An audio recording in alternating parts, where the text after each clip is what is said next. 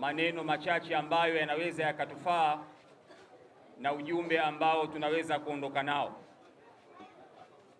Ndugu zangu, tunatambua ya kwamba amani ndiyo kitu pekee ambacho kimeweza kutufanya sisi Waislamu na ambao sio Waislamu tuliokusanyika katika mkusanyiko huu. Tunatambua ya kwamba mkusanyiko huu umekusanya watu wa madhehebu tofauti na watu wa dini mbalimbali, lakini kilichoweza kutukusanya hapa ni kitu kinaitwa amani. Lakini ukiacha amani ni ule upendo na ushirikiano tuliokuwa nao wa Tanzania katika taifa letu. Ndio maana leo mnaona tumeweza kuchanganyika mahala hapa, Waislamu na wasiokuwa Waislamu. Lakini tumeweza kukutana hapa makabila mbalimbali kwa sababu ya utamaduni wetu wa Tanzania. Kwa hiyo hili ni jambo la kumshukuru Allah subhanahu wa ta'ala, la kumshukuru Mungu sana kwamba Watanzania utamaduni wetu kuwa ni kitu kimoja. Vijana wenzangu Waislamu na wasiokuwa Waislamu tuliokutanika katika mkutaniko huu, kila mmoja inatakiwa awe balozi wa kuweza kuhubiri amani baada ya kuondoka baada ya mkusanyiko huu. Tunatambua nchi yetu imepita katika misukosuko mingi sana hapa katikati. Lakini sisi kama vijana wa taifa hili tuna wajibu wa kuweza kusimama imara, kuweza kuijenga nchi yetu, kushirikiana na kuweza kutoa sapoti kwa serikali yetu ili kuweza kuifanya nchi iweze kuwa na usawi mzuri. Ndugu zangu vijana wenzangu, sisi kama vijana tuna wajibu mkubwa sana katika kuijenga nchi hii. Ukitazama katika historia, wako vijana wenzetu waliopita ambao waliweza kutoa ujana wao, wakaweza kumaliza ujana wao kwenye kuijenga nchi hii. Ukisoma katika historia, baraza la kwanza la mawaziri katika nchi hii, wengi wao walikuwa ni vijana. Wakina Oscar Kambona, ukiwasoma wakina Tewa Saidi Tewa. Oscar Kambona alikuwa ni waziri wa mambo ya ndani, na wakati anapata uwaziri alikuwa na miaka 33. Alikuwa ni kijana mdogo sana. Lakini ukimsoma Tewa Saidi Tewa, alikuwa ni waziri wa ardhi wa wakati huo, alikuwa na miaka 29. Lakini ukimsoma makamu wa rais wa kwanza katika nchi hii ambaye ni mzee Rashid Mfaume Kawawa, alikuwa na miaka 35. Wakati huo mzee Nyerere alikuwa na miaka 39.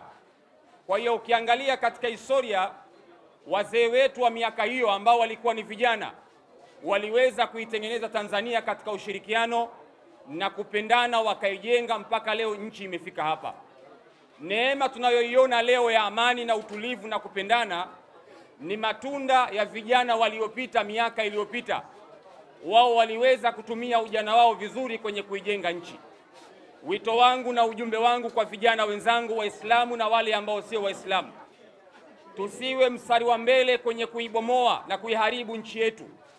Hii ni tunu ambayo tumeletewa na wazee wetu, tumeletewa na walimu wetu, tumeletewa na viongozi wetu. Ukisoma katika historia, neema unayoiona leo Tanzania, tunapanda mwendo kasi, tunapanda ndege, tunakwenda Rufiji kwa haraka.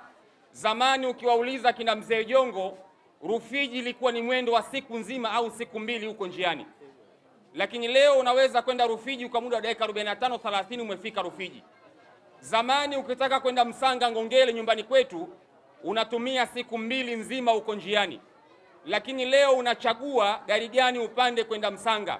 Kwa hiyo hizi ni neema ambazo watu wengi ukiwauliza wa miaka ya nyuma watakwambia ni namna gani Tanzania imeweza kupiga hatua. Tusidanganywe vijana wenzangu wa Kiislamu na wale ambao sio wa Kiislamu, tukaambiwa kwamba nchi yetu haina maendeleo. Nikitazama kwa mbali na waona wakina mama mmevaa madela mazuri, mmevaa madashidashi mazuri, mmevaa maabaya. Zamani bibi zetu walikuwa wanavaa kaniki, zilikuwa ndio nguo za thamani na gharama kwa miaka hiyo. Leo ukimletea mtu kaniki mtagombana, atakuona mchawi. Zamani wazee wetu walikuwa wanavaa vitambaa vya sanda. Zamani ilikuwa ukikutwa na sukari kilo 4 unapewa kesi ya uchumi. Zamani ilikuwa ukionekana una baiskeli inaonekana wewe ni tajiri. Kwa hiyo ukiitazama Tanzania ya leo na miaka iliyopita, Tanzania hii ina maendeleo makubwa na ina neema kubwa sana kufananisha na miaka ya nyuma ambapo wazee wetu maisha walioishi. Zamani ilikuwa wazee wanakwenda kupanga foleni kwa ajili ya unga wa njano. Njaa ilikuwa inatawala, unga wa njano ulikuwa na thamani. Lakini leo mahindi ya njano watu wanatumia kulishia ng'ombe, lakini zamani kilikuwa ni chakula, watu walikuwa wakipanga foleni.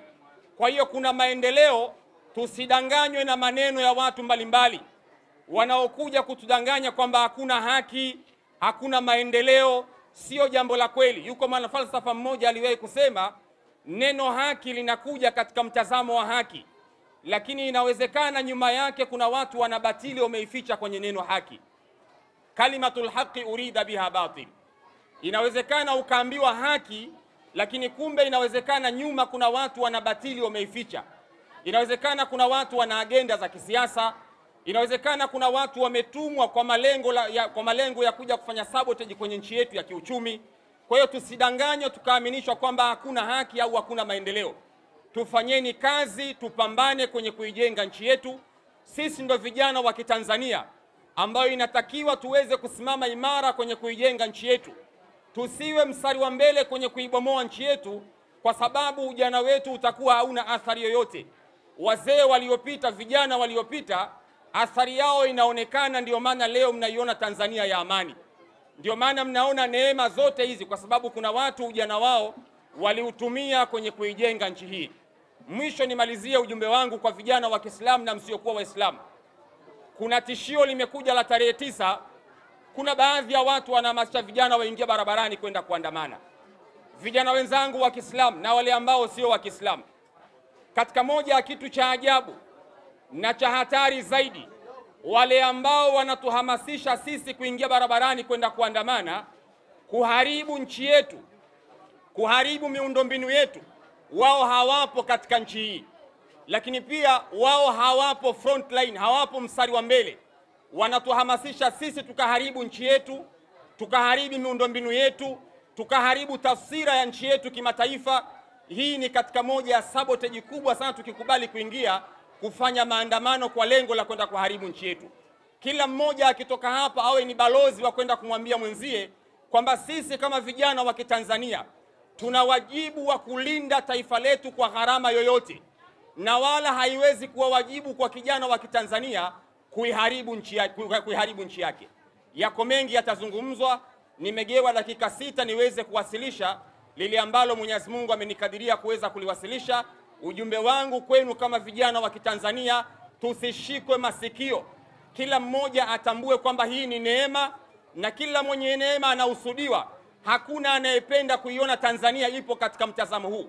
Kwa hiyo ondoka na ujumbe huu, kuwa balozi. Nenda kamwambie kijana mwenzio kwamba hatuandamani, hatuingii barabarani, tutapambana kuijenga na kuweza kuithamini nchi yetu kama walivyotuachia wazee wetu. Wassalamu alaikum wa rahmatullahi wa barakatuh.